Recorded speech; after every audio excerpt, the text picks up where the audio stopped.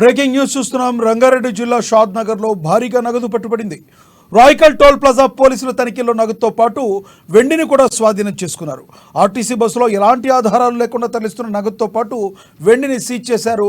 వనపర్తి నుంచి హైదరాబాద్ వెళుతున్న బస్సులో జయదేవ్ అనే యువకుడి వద్ద 16,50,000 నగదు, 5.5 కిలోల వెండిని స్వాధీనం చేసుకున్నారు. ఎలాంటి ఆధారాలు చూపకపోవడంతో సీజ్ చేసి ఐటీ అధికారులకు అప్పగించారు.